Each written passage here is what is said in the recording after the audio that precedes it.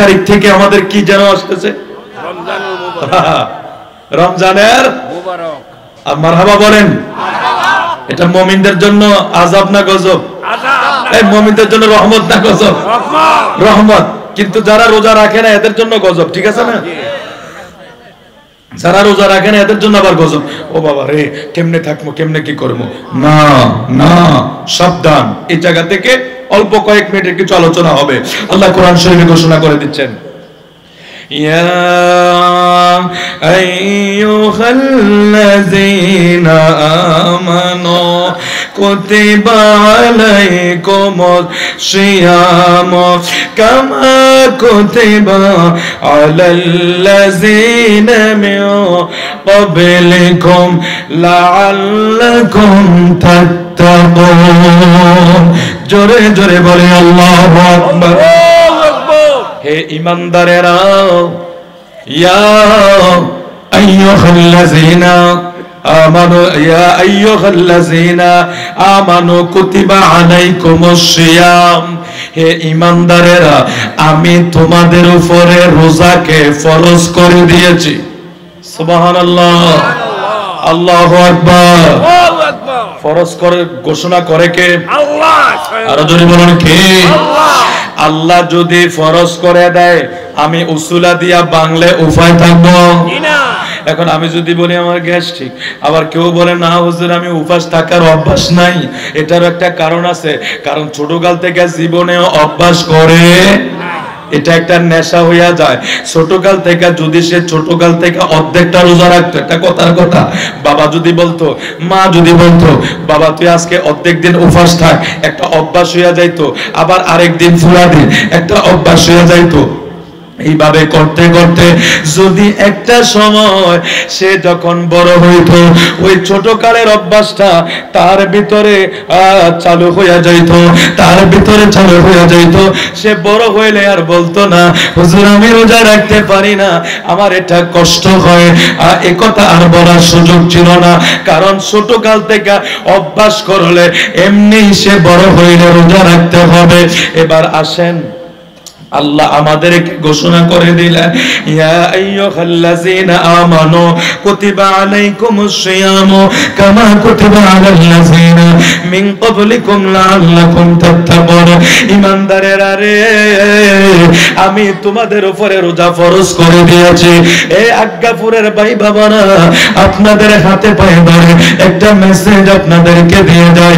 রমজান গত বছরও আসছিল, কিন্তু এই বছর আবার রমজান আসছে, কিন্তু এক বছরের মাঝে আজ্ঞাপুর বুড়িচঙ্গের অনেক মানুষ দুনিয়ায় নাই, খবর দেশে চলে গেছে, ঠিক কিনা? গতকালকে একটা অ্যাক্সিডেন্ট আমাদের নেট দুনিয়ায় ভাইরাল, নোয়াপাড়া চৌমনি পাসপোর্ট অফিসের কাছাকাছি একজন সরকারি কর্মকর্তা, আপনারা নিউজে দেখেছেন। সে তো ভালো মানুষ, সে কি জানে তার এখানে স্পট ডেট হয়ে যাবে? সে রাস্তা পারাপারের জন্য এসেছে, রাস্তার মাঝখানে আসছে, গাড়ি বাড়ি দিল, সে মারা গেল, তারে কবর দিয়ে দিল। সে তো আশা ছিল এবার রমজান আসবে, সেও রমজান পাবে, ঠিক কিনা বলেন? সে তার আশা ছিল না রমজান পাবে। আমরা যারা এখানে আসি আমাদেরও তো আশা আছে, আল্লাহ রমজান আসবে, রোজা রাখবো। অনেকে বাজারও করতেছি না, বাজার করতেছি, বিভিন্ন জিনিস কিনতেছি, রমজানের প্রস্তুতি নিতেছি। ও বাবা, ওই সরকারি কর্মকর্তা তিনি যদি জানতো আমাকে গাড়িয়ে বাড়ি দিবে, আমার জন্য আজরাইল এখানে দাঁড়িয়ে থাকবে, সে কি আর সেখানে চাইতো? সে কি আর সেদিন ঘর থেকে বাইরে হইতো? এ আজ্ঞাপুরের ভাই বাবারা, বুড়িচঙ্গের ভাই বাবারা, যারা রোজা ভেঙ্গে দাও, যারা রোজা রাখতে চাও না, তোমরা বলো হুজুর আমি কষ্ট হয়, হুজুর আমার গ্যাস্ট্রিক, হুজুর আমি অসুস্থ, আমি থাকতে পারি না। তোমার জন্য যদি আর রমজানটা নসিব না হয়, তোমার হায়াতে যদি আর রোজাটা না আসে, তাইলে আমার আর হায়াত থেকে যদি রোজা চলে যায়, আমি যদি আমার হায়াতে জিন্দেগিতে রোজা ফাইয়া মূল্যায়ন না করতে পারি, আল্লাহর হাইকোর্টে জবাব দিতে পারবো। সোজা আওয়াজ, রোজা আমাদের উপর ফরজ, রোজা সবাই রাখতে হবে। একটা জায়গায় শুধু সুযোগ আছে, সেটা হলো যদি কোনো ডাক্তার আপনাকে চিকিৎসা করতে গিয়ে একথাটা বলে যে আপনি রোজা রাখলে মারা যেতে পারেন, কারণ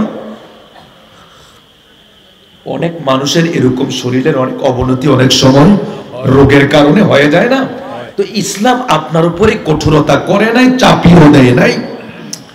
শাহরু রমাদান আল্লাযী উনজিলা ফীহিল কুরআন হুদাল লিন-নাসি বায়িনাতিন মিনাল হুদা ওয়াল ফুরকান ফামান শাহিদা মিনকুমুশ শাহরা ফালিয়াসুম ওয়া মান কানা মারিদান আও আলা সাফার।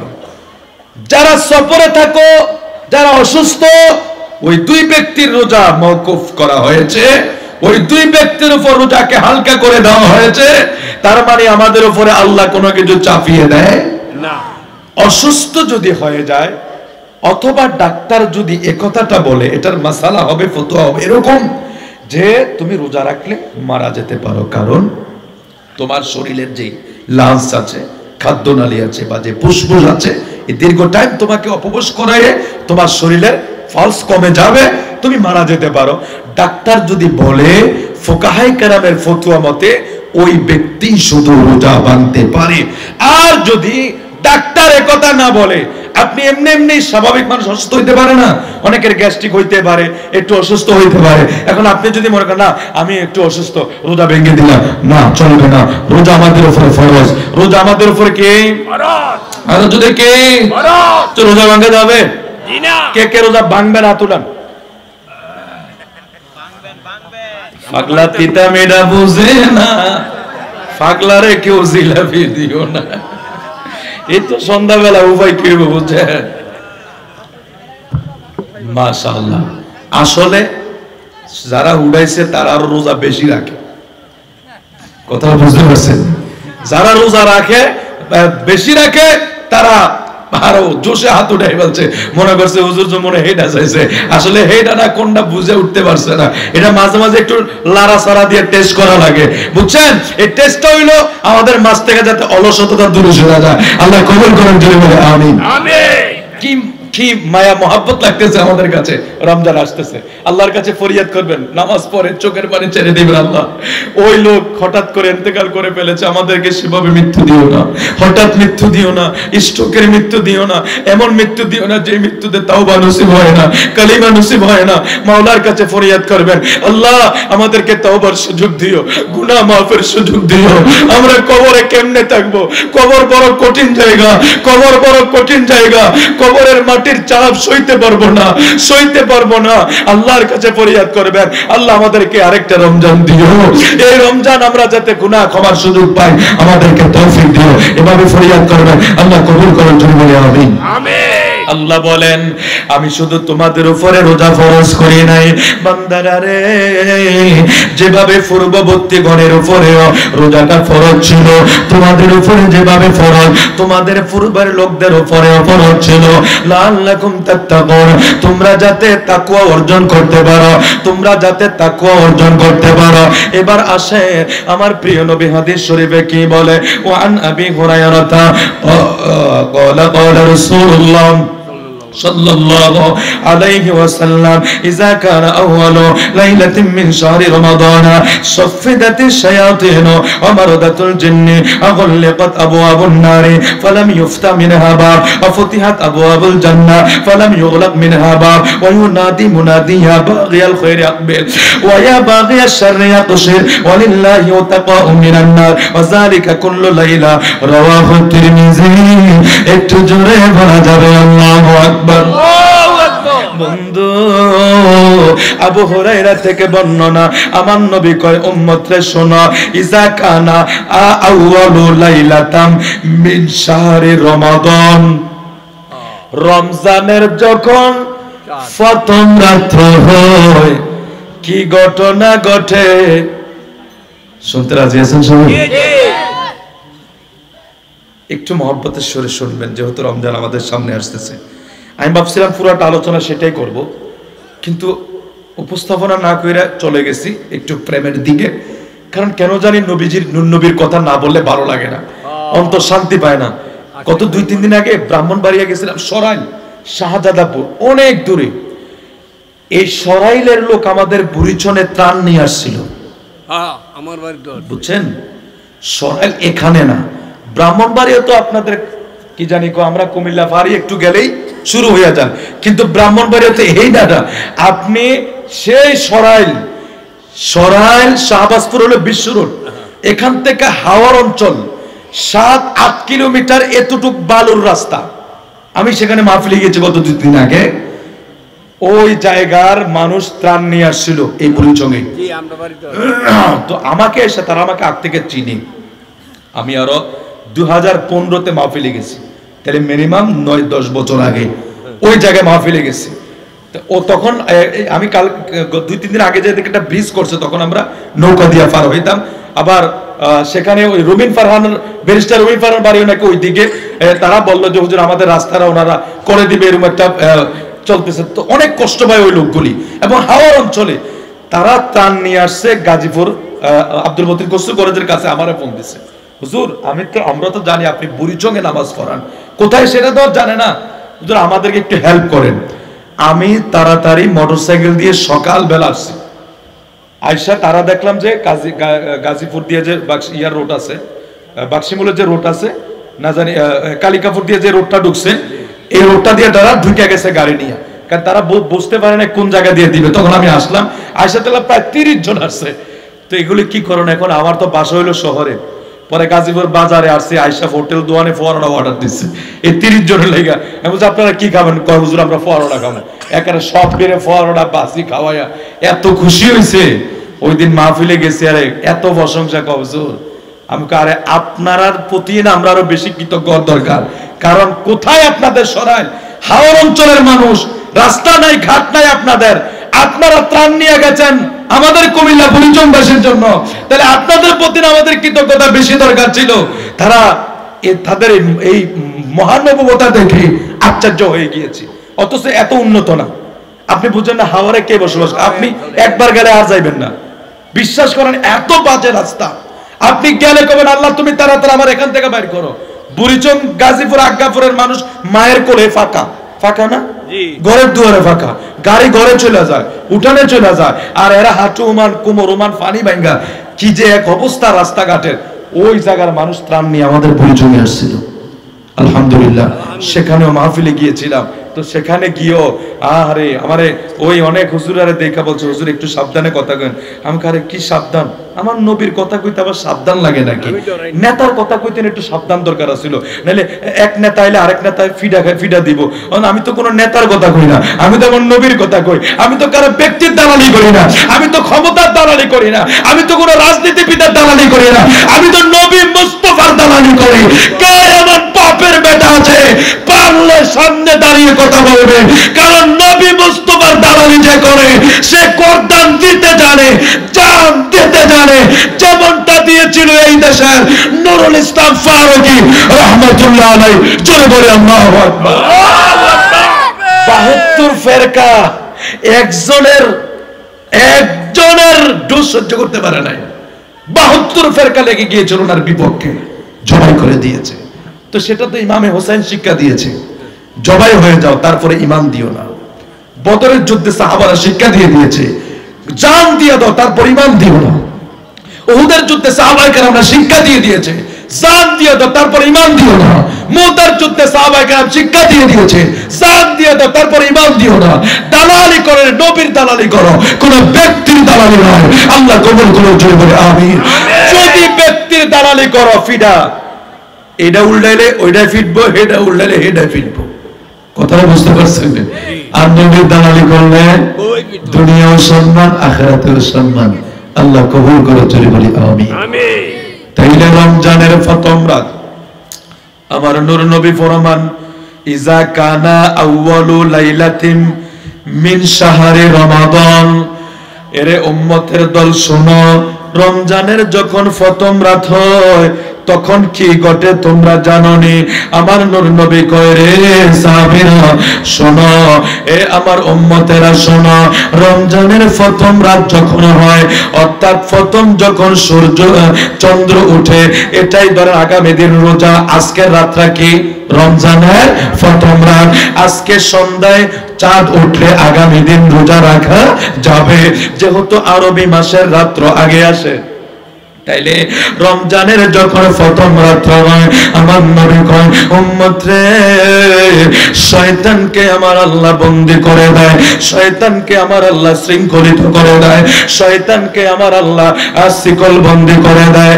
এখন গাজীপুরের ভাই বাবারা অনেকের প্রশ্ন আছে, রমজান মাসেও মার্ডার হয়, রমজান মাসেও মানুষ পাগলামি করে, রমজান মাসেও মানুষ গুনাহ করে। শয়তান যদি বন্দী থাকে, গুনাহ করে কেন? গুনাহ করে কেন?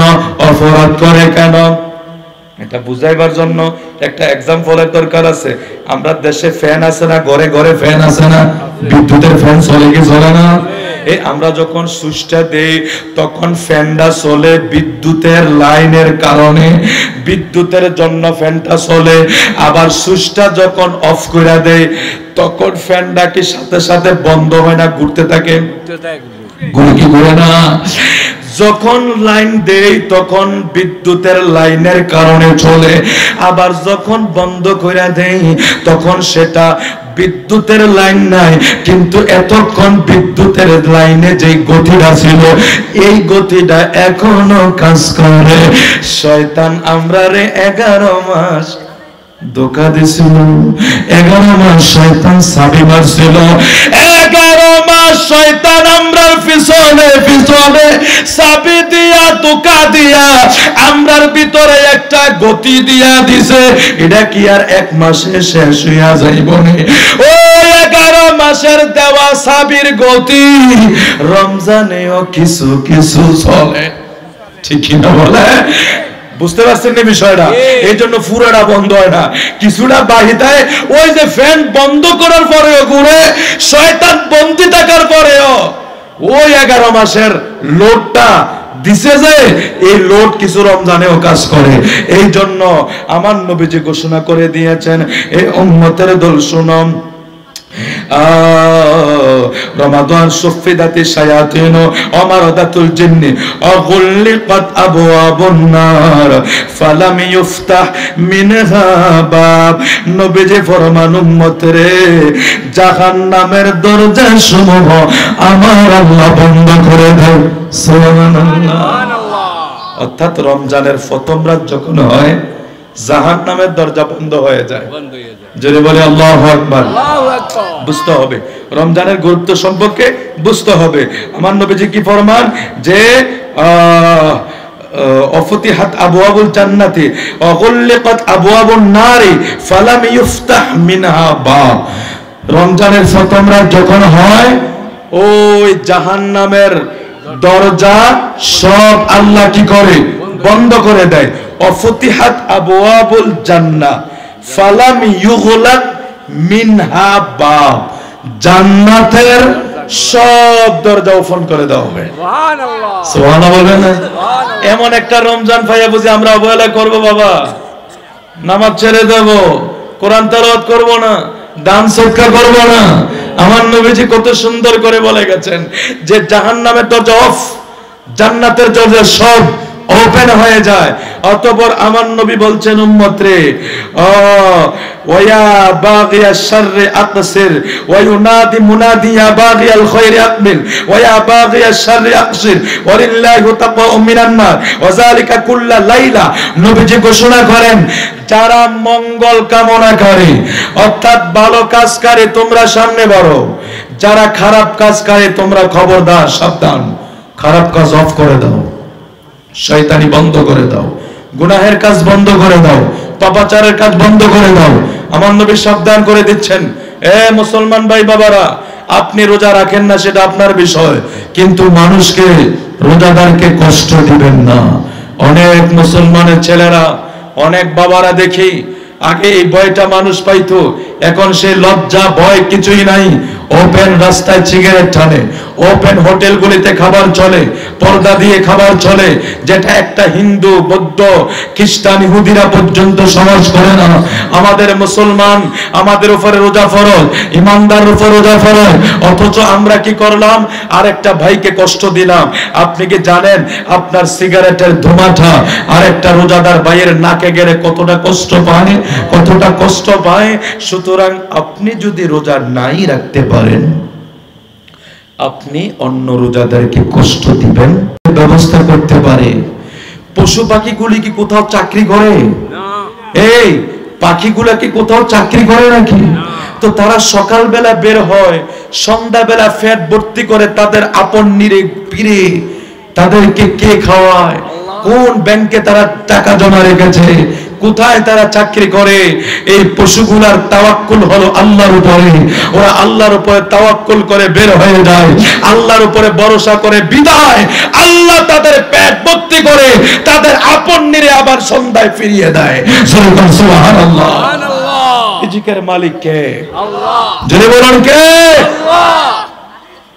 তাইলে আমার ভাইয়েরা যদি আমাদেরকে যুক্তি দেয়, হুজুর রমজান মাসে আমরা কেমনে চলবো? হোটেলটা না চালিয়ে বাবা, এই হারাম কাজ আপনিও করলেন, আরেকজনকে করার সুযোগ করে দিলেন, এতে করে সমাজ নষ্ট হয়, সমাজের পরিবেশ নষ্ট হয়, রোজার সাথে বেয়াদবি করা হয়। এটা যাতে আপনারা চেষ্টা করবেন যাতে এটা না হয়, ঠিক আছে বাবা? যার তার সাধ্য রোজার চেষ্টা করবেন, কে পালন করলো না করলো এটা তার ভিন্ন বিষয়। আপনি যদি পারেন একটু বলে দিবেন, সাবধান করে দিবেন, দুপুর 2টা 3টার পরে তুমি ইফতারি বেচো, দোকান খোলো, কিন্তু এভাবে পর্দা দিয়া পশিদা দিয়া বেরোজদারিকে। আর যিনি রোজা রাখতে পারেন আপনি গড়ে খান। গড়ে খায় না কেন জানেন? অনেক রোজাদার তো আছে আবার এরকম রোজাদার, এরকম থুকটা সারাদিন ফালায়, মানুষ মনে করে এমনও রোজা দিনে 3 বেলা, হ্যাঁ এত সেফ ফালায়, আর বিকাল বেলা ইফতারের টাইম হইলে তো মাশাআল্লাহ হেবড়ার ইফতারি সবচেয়ে বেশি খায়। আল্লাহ মাফ করুক আমাদেরকে। রোজা আমাদের উপর ফরজ। আবারও বলছে রোজা আমাদের উপর কি? ফরজ। রোজা আমাদের উপর কি? ফরজ। এটা ফরজ বিধান, এটার তাজিম রক্ষা করতে হবে, ঠিক কি না বলেন? রোজার সাথে বেয়াদবি করা যাবে না। রোজা যেহেতু আসছে সেটাকে সম্মান করতে হবে। আপনি সম্মান না করতে পারলে আপনি গোপনে চলে যান, আরেকজন রোজাদারকে কষ্ট দেওয়া যাবে না। আল্লাহুম্মা সাল্লি আলা সাইয়্যিদানা মাওলানা মুহাম্মদ ওয়া আলা আলি সাইয়্যিদানা মাওলানা মুহাম্মদ।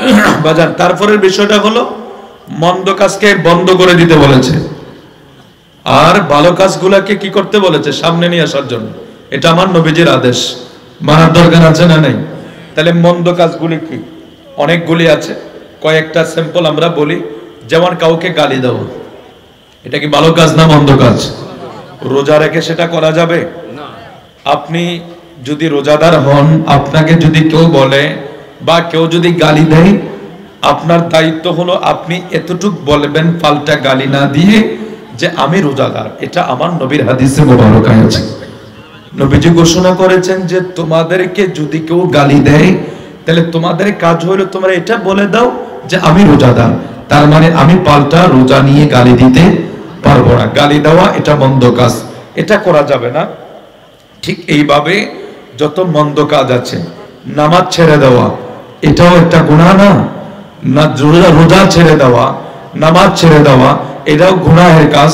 তাহলে এইভাবে যত ভালো কাজ আছে করবে, যত মন্দ কাজ আছে আমরা যেগুলি জানি, জেনা, ব্যভিচার, মিথ্যা কথা বলা, মানুষের ক্ষতি করা, সুদ খাওয়া, ঘুষ খাওয়া, অপরের ক্ষতি করা, অপরকে আঘাত করা, অপরকে গালি দেওয়া, এইভাবে শুরু করে যত মন্দ কাজ আছে, সমস্ত মন্দ কাজ থেকে দূরে থেকে যত ভালো কাজ আছে, নামাজ পড়া, কোরআন তেলাওয়াত করা, জিকির করা, সেজদা দেওয়া, তাসবিহ পড়া, তাহলিল পড়া, কিয়াম শরীফ করা, তারপরে আপনার তাহাজ্জুদের নামাজ রমজান মাসে পড়বেন বেশি বেশি। এটা একটা সুযোগ আছে, কারণ আমরা যখন সাহারি খাইতে যখন উঠি তখন সময়টা তাহাজ্জুদের থাকে, ঠিক কিনা বলেন? বেশি না, আপনি 4 রাকাত পড়েন, কয় রাকাত? 4 রাকাত। 4 রাকাত পড়েন। একবারে সহজ পদ্ধতি হলো আপনি প্রথম রাকাতে সূরা ফাতিহার সাথে ইখলাস 3 বার পড়বেন। কুল হুয়াল্লাহু আহাদ আল্লাহুস সামাদ লাম ইয়ালিদ ওয়া লাম ইউলাদ ওয়া লাম ইয়াকুল লাহু কুফুয়ান আহাদ। এটা কয়বার পড়বেন? 3 বার। 3 বার সূরা ইখলাস পড়লে কয় খতম কোরআন শরীফের সওয়াব হয়?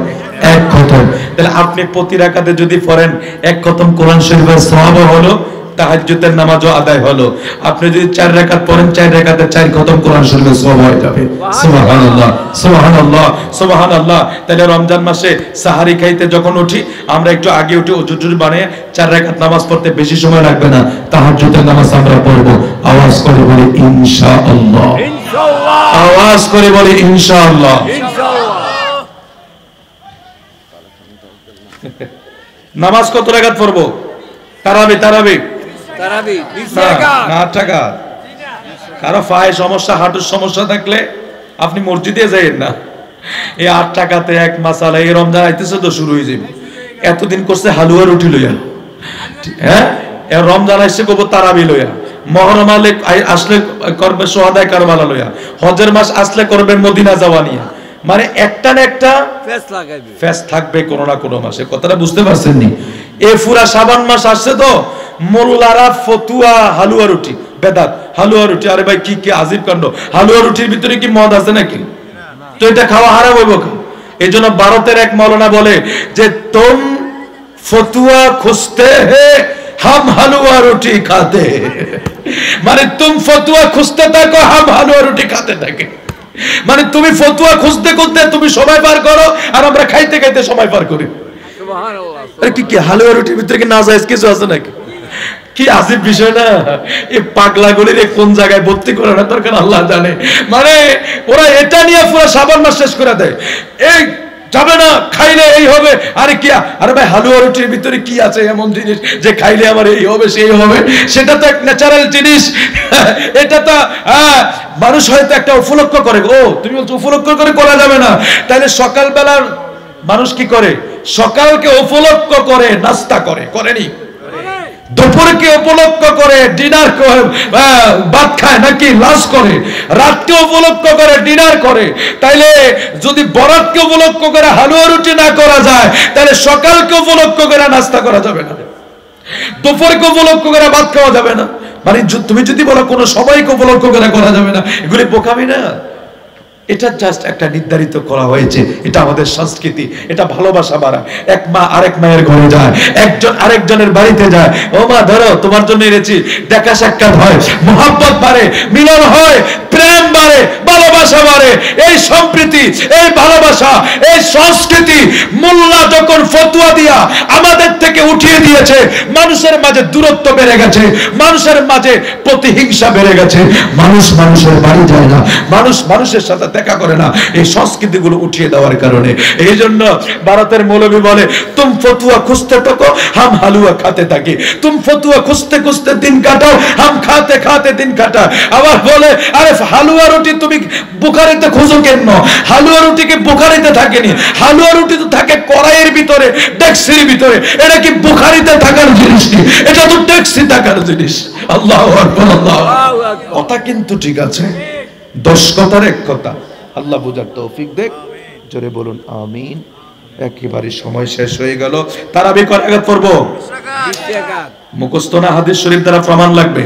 ওয়ান হাসানি আন্না ওমর ইবনে আল খাত্তাবি রাদিয়াল্লাহু আনহু জামা الناس على ابي بن كعب فكان يصلي لهم 20 রাকাত। আবু দাউদ শরীফের হাদিস, হাসান রাহমাতুল্লাহ বর্ণনা।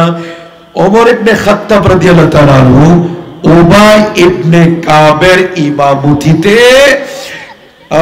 20 রাকাত 20 রাকাত তারাবির নামাজ পড়েছেন। সুবহানাল্লাহ। তাহলে উবাই ইবনে কাব আমার নবীর সাহাবী, ফারুক আজম আমার নবীর খলিফা, উনি যদি 20 রাকাত উবাই ইবনে কাবের ইমামতিতে পড়তে পারে, এই দেশের মোল্লা মৌলবীর ফতুয়া লই আমরা নাচানাচি দরকার আছে। আমরাও পড়ব কত রাকাত? জোরে কত রাকাত? আল্লাহ কবুল করুক, জোরে বলে আমিন। হুজুর 11টা বাজে আসবে স্টেজে, না 11টা বাজে হুজুর স্টেজে চলে আসবে। আসলে যেভাবে জনফকিরের মাহফিলে মানুষ হওয়ার কথা আসে, মানুষগুলি সপ্তাহবরকের টাইমে আসে, ওয়াজের টাইমে এত একটা পাওয়া যায় না। তো আমি জানি আমাদের এখানে আজকে যারা আছেন অনেক বিজ্ঞ জনফকিরের যিনি আওলাদ আছেন, সভাপতিত্ব যিনি করছেন জনাব মোহাম্মদ ফেরদৌস আলম সাহেব, প্রধান অতিথি হযরত আল্লামা আলহাজ মোহাম্মদ মাহবুব রহমান সালিহি সাহেব, প্রধান বক্তা হযরত আল্লাহ মুফতি ইমরান হুসাইন ফারুকি সাহেব, আমন্ত্রিত উলামায়ে কেরাম এম ইসলাম আল কাদেরী, ফিরজাদা হযরত মাওলানা মুবারকুল্লাহ আমিরি, হযরত মাওলানা কাজী ফরিদউদ্দিন, হযরত মাওলানা হাফেজ বেলাল হুসাইন, মাওলানা তাফাজ্জুল হোসেন, মাহফিল পরিচালনা মামুনুর রশিদ ফারুক হুসাইন এবং সৌজন্যে অ্যাডভোকেট আরিফুর রহমান সাবন সহ আরো অনেকে উপস্থিত আছেন। আমরা সবার প্রতি সম্মান জানাচ্ছি, শ্রদ্ধা জানাচ্ছি। আল্লাহ সবাইকে কবুল করুক, আপনাদেরকেও কবুল করুক, এলাকার মাহবুবদেরকেও কবুল করুক। আশা করি অনেকে আসবে। তো আপনারা যারা আসতেছেন আপনাদেরকে মোবারকবাদ জানাচ্ছি। আপনারা এই মাহফিলটাতে আসবেন, এখানে সহযোগিতা করবেন। তবে আমার